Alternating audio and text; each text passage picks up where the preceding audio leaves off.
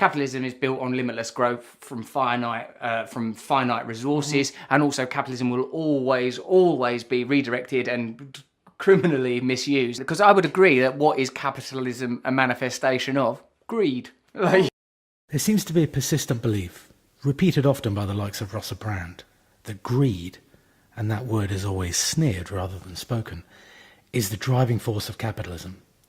The obvious extension being that capitalism is exploitation. It's a strangely mercantilist worldview, one with an economic pie that never expands, so every person getting rich automatically translates into someone else, or more often, multiple someone else's, becoming poorer. This is simply not matched by the statistics. The world economy has experienced breathtaking growth since the 18th century. The spread of free markets have meant the average human now lives a longer, healthier, and richer life than ever. Most of us having access to riches the rulers of antiquity could only dream of. Apologies if this appears to be an attack on Russell Brand himself. It really isn't. But I want to illustrate just how wrong he is by using an example that, conveniently for a self-declared narcissist, relates to him.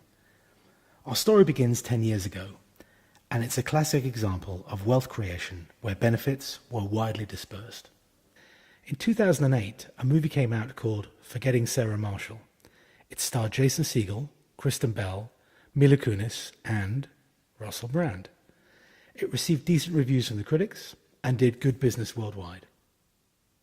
Soon after this success, the film's director, Nicholas Stoller, decided to write a sequel, or rather another story featuring some of the characters from his earlier film. This time the protagonist would not be some hapless schlub ditched by his alpha girlfriend, but rather the breakout character, Alder Snow, played by none other than Russell Brand. So how do you go about making a movie? Well, first you have to clear the character rights. Snow, the sex-mad rock star, was an invention of Jason Segel, who had written the Sarah Marshall script. Stoller got a green light from him, then wrote the screenplay for what would become Get Him to the Greek. After that, he approached Judd Apatow, who must have liked what he read because he signed on as producer. Apatow then negotiated a deal with 3 production companies: Spyglass Entertainment, Relativity Media, and Universal Pictures, and through them secured a budget. Now, I'm simplifying things here, and obviously I wasn't present at any of the meetings or casting sessions, but this is the basic gist. So the production companies are on board, and there's $40 million in place to make the film. A crew signs on, and the casting directors are hired, and through them the cast is put in place. They all do this voluntarily. In fact, this is a really nice example of the principle of voluntary exchange that exists at the heart of free market liberalism. That is, consumers and producers mutually acting in their own self-interest to the benefit of both parties. Here are some of the estimated salaries for American film crews. Current wages adjusted to $2010. So, I'm still not sure that Russell is a Marxist. I mean, he's certainly on a journey, but he has been flirting with Marxism, so perhaps he buys into the labour theory of value. But you ask each of these workers individually, would any of them balk at their salaries for the job they did? I mean, they look pretty good to me. And in fact, every salary here is well above the GDP per person of the United States, which in 2010 was around $48,000. Anyway, production starts and runs for, and again, I'm guesstimating here, a 42-day shoot. Then it moves into post-production. It wasn't a very CGI-heavy movie, so I imagine not long, perhaps 15 days post. Here are some average salaries for the post-production crew, once more adjusted down for 2010. Again, all of these seem pretty decent to me, and not to take away anything from the skills of a Foley artist, but that wage is 70% higher than the average wage in the United States. And remember, this film was released in May 2010, so the shoot took place in 2009, in the teeth of the global financial crisis. This is a tough time for the entertainment industry, as Mr. Coombs himself says. Shit is serious out here. The music business is failing. The bubble done popped. So how did the movie do? Well, total box office around the world was $91 million. Domestic DVD and Blu-ray sales stood at 31 million. Worldwide DVD and Blu-ray estimated at around about 15 million. And on top of this, we can add downloads, rental sales from the likes of Redbox, Netflix, and Blockbuster, plus airline sales. Perhaps another $8 million. We'll leave television revenues for another time. So let's zero in on that domestic box office number. Total takings at US theatres were just north of $61 million. In 2010, the average ticket price in the US stood at $7.89.